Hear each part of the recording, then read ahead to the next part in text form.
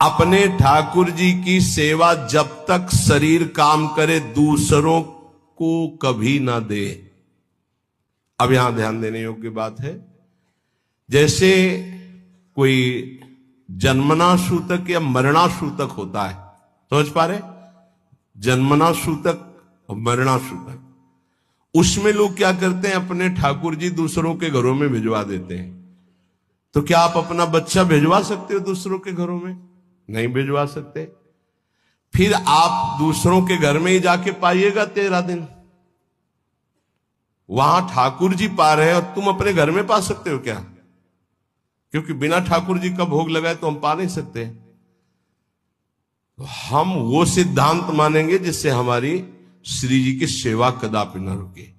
इसीलिए विधि निषेध नहीं दास अनन्य उत्कट व्रतधारी, अनन्य उत्कट व्रतधारी, साधन विविध सकाम मत सब स्वार्थ सकल सबे जो अनीति ज्ञान ध्यान व्रत कर्म जिते सब काहू में नहीं मोय प्रतीति रसिक अनन्य निशान बजायो एक श्याम श्यामा पद प्रीति श्री हरिवंश चरण निज सेवक बिचले नहीं छाड़ी रस रीति।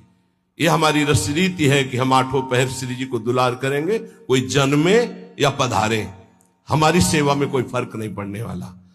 हम दूसरों के यहां हुए 13 उत्सव में अब भोग नहीं लगाएंगे, लेकिन हम अपने घर में अगर कोई जन्मता है पधारता है, उस पर कोई फर्क नहीं पड़ेगा। हमारी श्री जी की सेवा यथावत चलेगी, जन्मना सूतक में भी मरना सूतक में। वो हमारे प्राण प्यारे हैं। हम बिना जल पिलाए जल नहीं पी सकते, बिना भोग लगाए भोग नहीं पा सकते, बिना से उनको शयन कराए हम शयन नहीं कर सकते।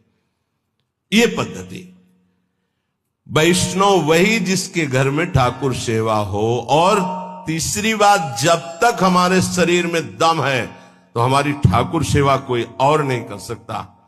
अम्बरीश जी की नई रानी सेवा, तो उन्होंने कहा सेवा चुराने की जरूरत नहीं, आप अपने ठाकुर विराजमान करो, हम सुविधा देंगे, पर आप हमारी ठाकुर सेवा की कि आप पोछा लगा दो, आप सोहनी लगा दो, आप पात्र मार्जन नहीं, ये हम स्वयं करेंगे। चक्रवर्ती सम्राट होते हुए स्वयं अपने कर कमल से प्रभु की सेवा की परिचर्या, तो सुदर्शन चक्र उनकी रक्षा में।